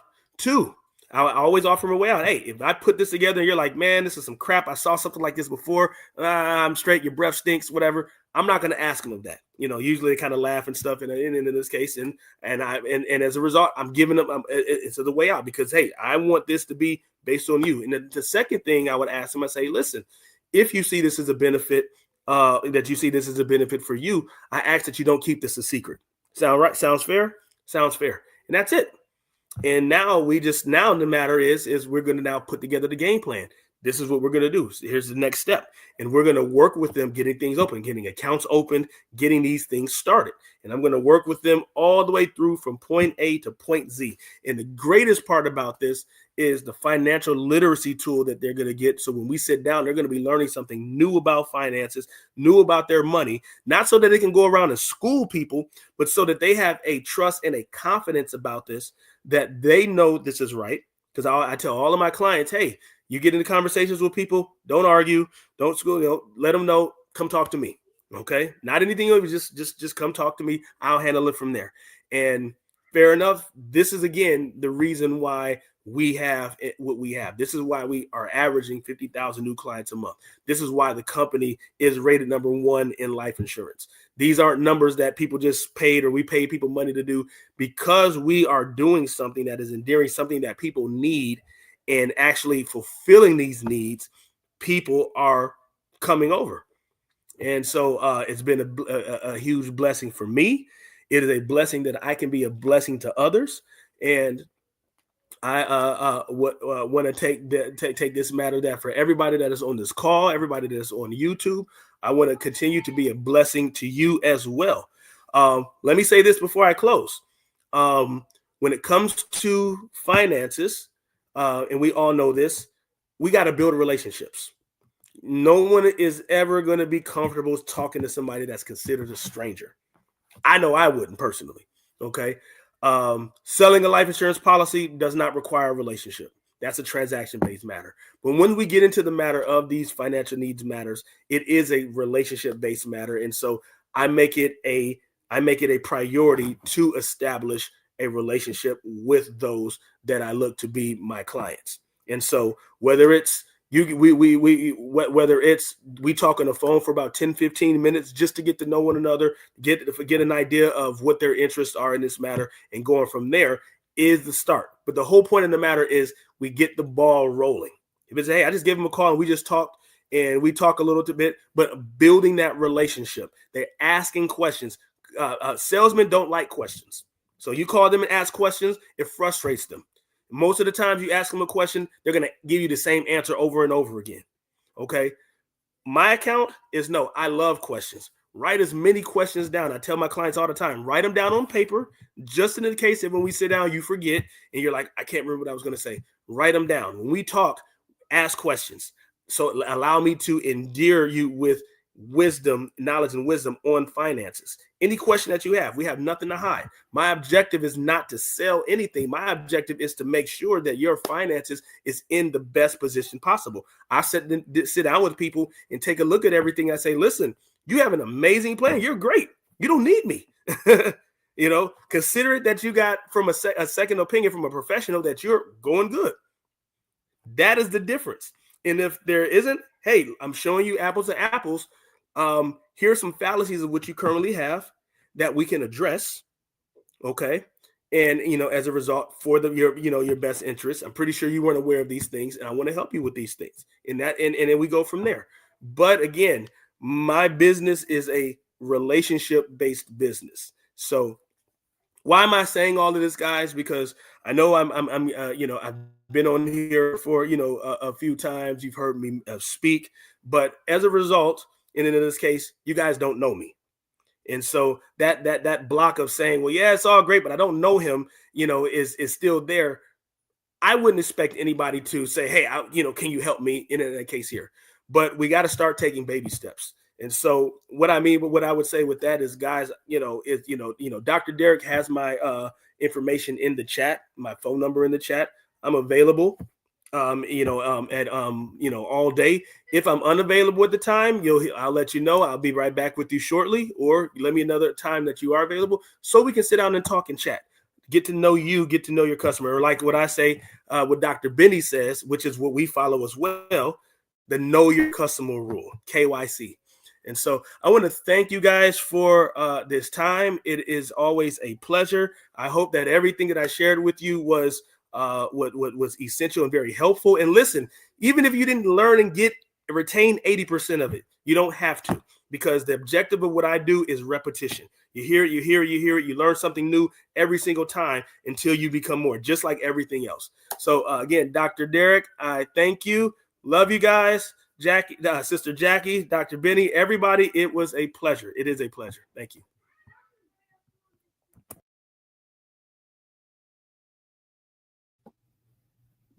Thank you. Thank you. Wonderful, wonderful, wonderful. Thank you ever so much.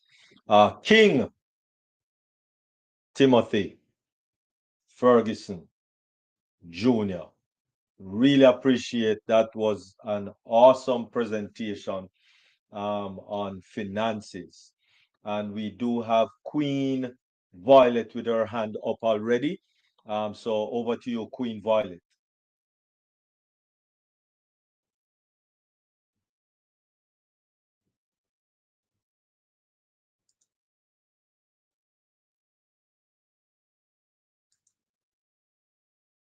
Go ahead. You have to unmute yourself. Okay, there you go. Yes, you're talking USA. Anything in Canada along the same line?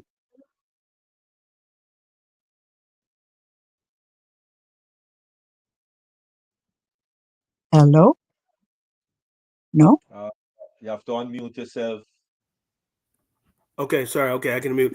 No, actually, Queen Violet, thanks for asking that. Yes, we do have business in Canada as well. Okay. That could prove interesting. The only catch is I'm 72, so it's a little late starting. You're still alive. You're still alive, which means you still have something available to where you can do something. The great thing is once you start to get money rolling and working on its own, you don't have to be alive for it to stop. If you have children, grandchildren, great grandchildren, that money as an estate is going to be theirs. And so it's never too late until we're gone. So do I talk to you, or do you have someone up here? No, you can talk to me, and I can you can talk to me first, and then I can connect you with somebody with my team, going from there based on your specific interests. Okay. Thank you very much. Looking forward to it. Yes, thank you. Yeah, please give me a call, or shoot me a text give me a couple of available times that you would be able to take a call for about 10-15 minutes. Just shoot me a text on that in my phone, and I'll reach out. It's going to take a lot longer than 10-15 minutes. Hey, that's fine. I only say 10-15 for the sake that I respect other people's time. Okay. Thank you. Have a great You're very evening. welcome. Thank you. You too.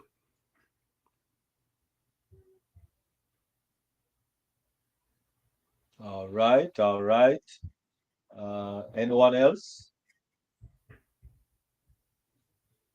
Queen First Lady Dr. Benny.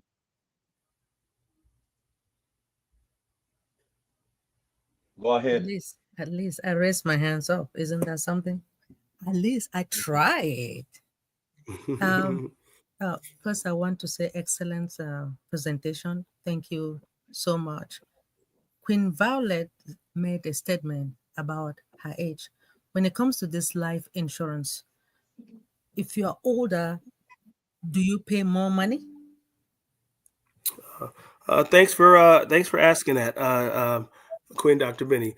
Yes, as we get older, we do the cost of insurance does go up because our risk goes up, and so it's really, really essential. If you have children, younger children, I'd say to them, get insurance now because there is a high cost of waiting.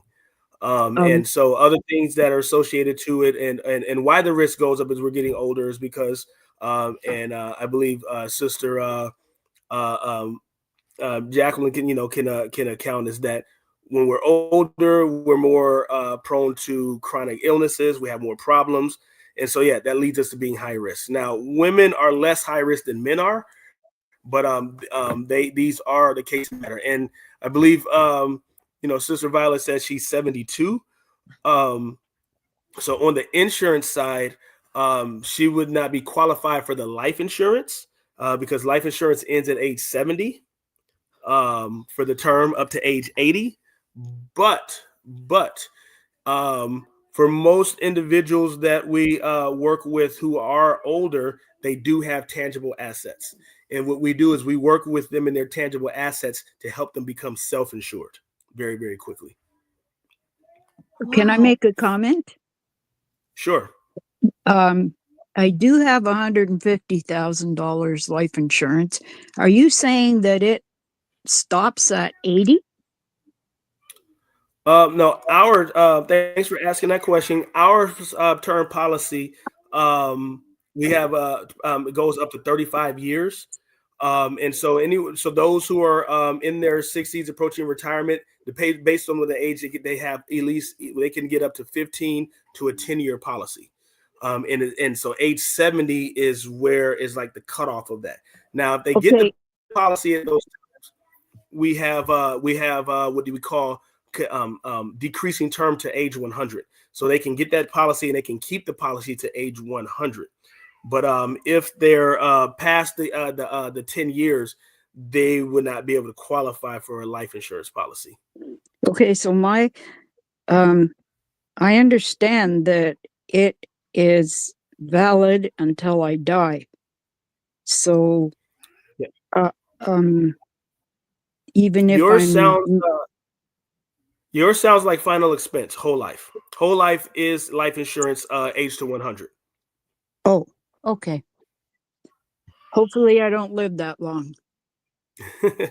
But we would like to see I would like to see what you have to see what we can do in regards to investments, because I know whole life has a cash value applied to it, where the cash value is supposed to match the value of the life insurance at age 100. Problems with cash value is that one, it's not your money. You can take it out, but it's a loan. You have to, and if you don't pay that back, they subtract it from the death benefit. Exactly. When you pass, your family does not get the cash value. They either get the death benefit or the cash value. They don't tell you this when you initially get it. Yeah, I'm learning that there's a lot of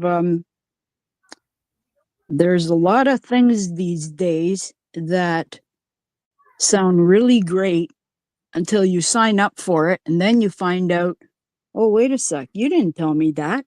I wouldn't have done that. Yeah, And it's unfortunate. It's very, very unfortunate. The life insurance industry, I consider, is a very wicked industry because of the well, fact that they don't tell people these things, and this is something that people should know. I got it 32 years ago, so it, Yeah, you know, at yeah. 30, at that time, I'm what, 40? Nothing makes sense then. Anyway, we'll talk. Yes, definitely. We'll talk. Thank you. You're very welcome.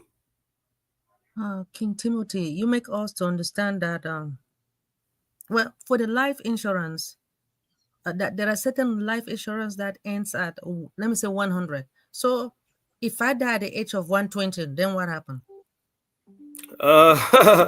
You won't have life insurance. It expires at age 100. Yeah, you better have some money. Okay, hold on. So let's say if I was paying up to 100, then I don't die. Then 120 I die. What happened? That insurance and everything expires at age 100.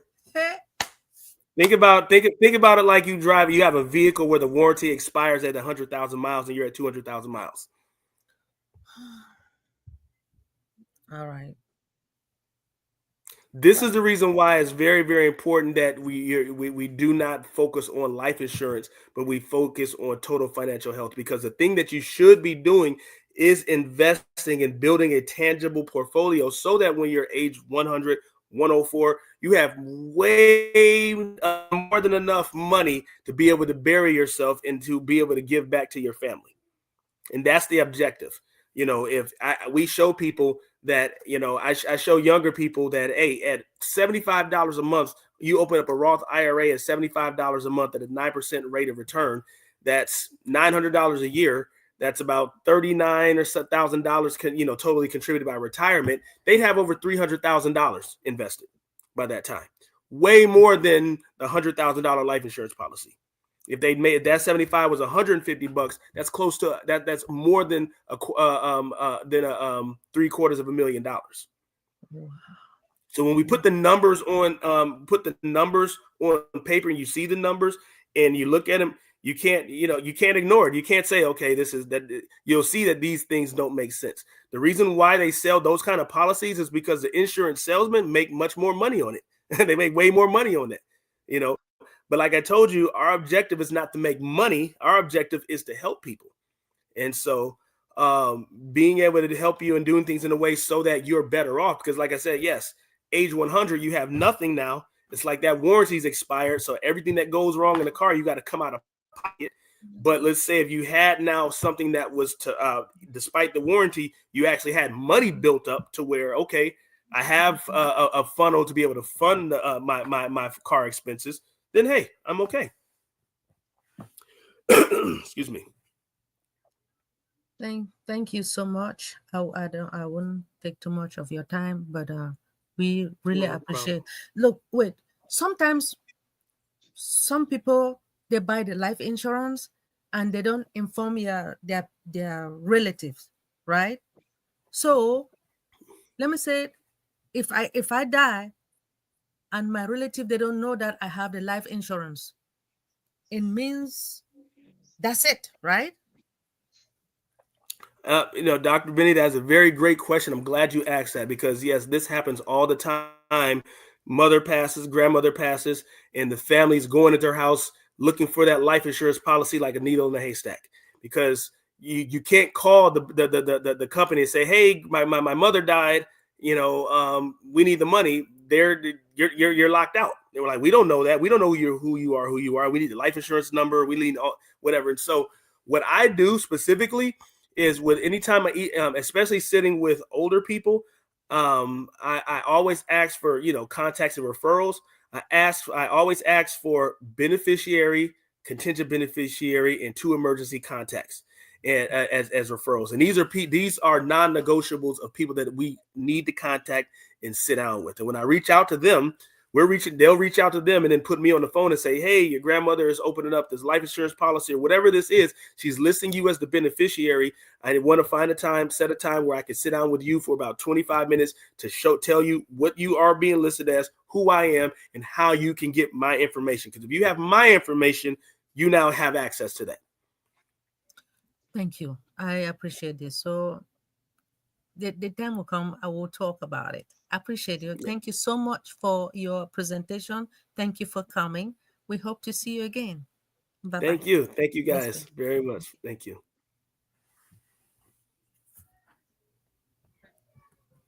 King Dr. All Derek, right. Dr. Wonderful. Nice. Wonderful.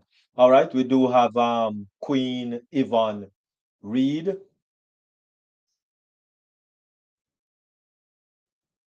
Unmute yourself, Queen Yvonne. Yeah, Okay, though. I was just telling him I have a insurance with Prime America. Okay, You hear me? so you have one with Prime. Well, maybe I need to let him take a look at it. Is that the one he have, right?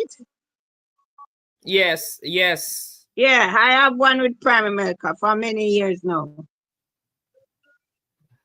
I was just letting him know, you know? Okay.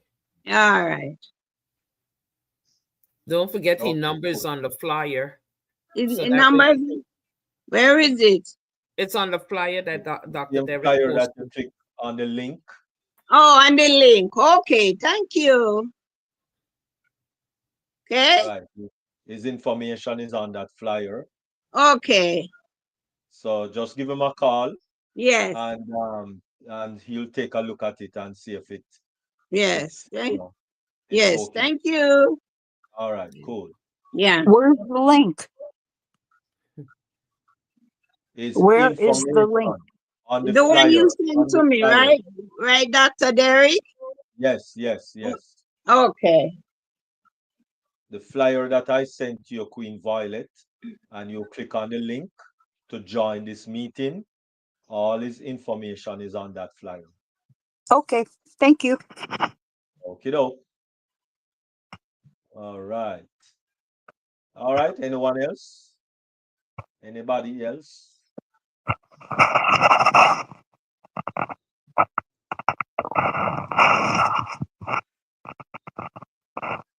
Okie dokie. I guess everybody is good to go. All right. So, thank you all very much. Really appreciate it. And at this time, we're just going to ask Queen Jacqueline Warner to give her final.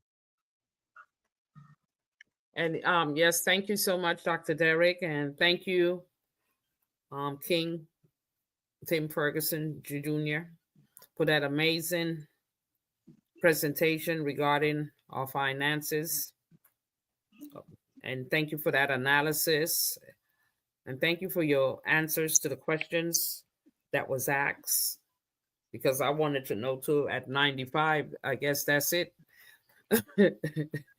And you don't get no money. So, but you let us know that investment is also a choice. So thank you so much.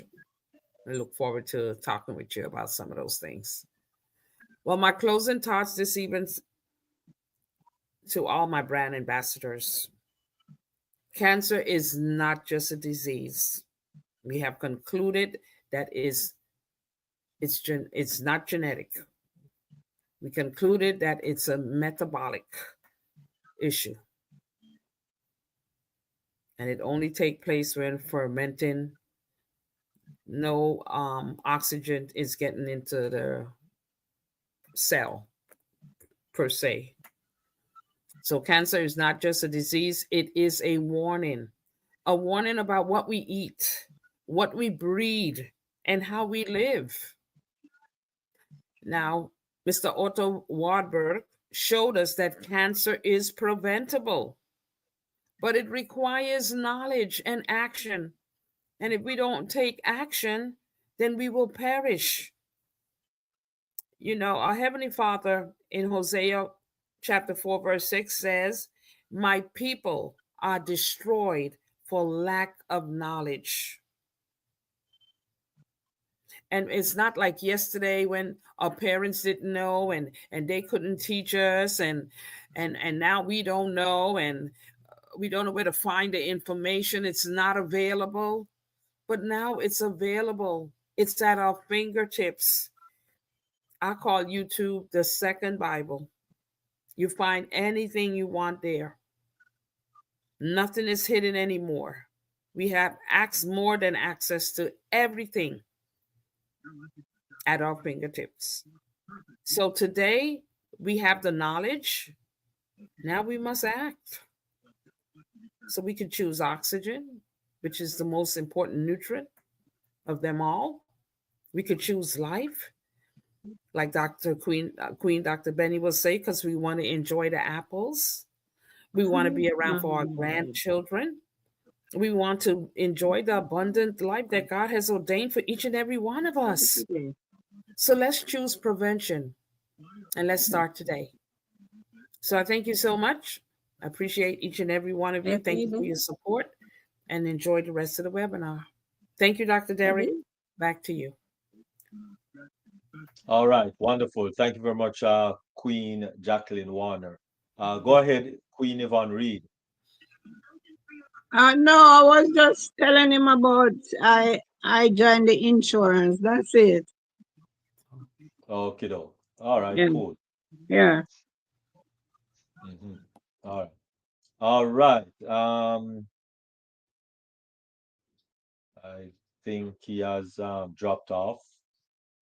All right. So as I said, his information is in the chat and in the description in WhatsApp, in YouTube, is in the description in YouTube. So if you are on the YouTube, his information is right there in the description. So you can get that information there. And yes, good evening, everyone on the YouTube, Queen Donna and everyone. All right, wonderful.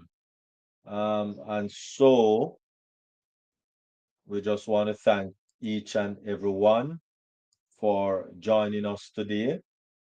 And people are saying thanks and so on. Wonderful presentation and all of those good stuff in the chat on YouTube. So thank you all very much. Those on YouTube especially. We will be closing it down on this side, but you remember we do have after party for those who are here. And please remember that Queen Yvonne Finn and Queen Dr. Yvonne, the Yvonne duo, they do have a meeting 1 p.m. Eastern Daylight Time on a Friday. So please join them. And then, of course, on Sunday, Dream Team revives again on October 5. And I think our First Lady, Queen Dr. Benny, is going to kick things off in October. So please join us on Dream Team Sunday at 12:45 p.m. Eastern Daylight Time. And then next week we'll do it all over again. So thank you very much for joining us. Really, really appreciate. And you, everyone, please have a wonderful, blessed evening.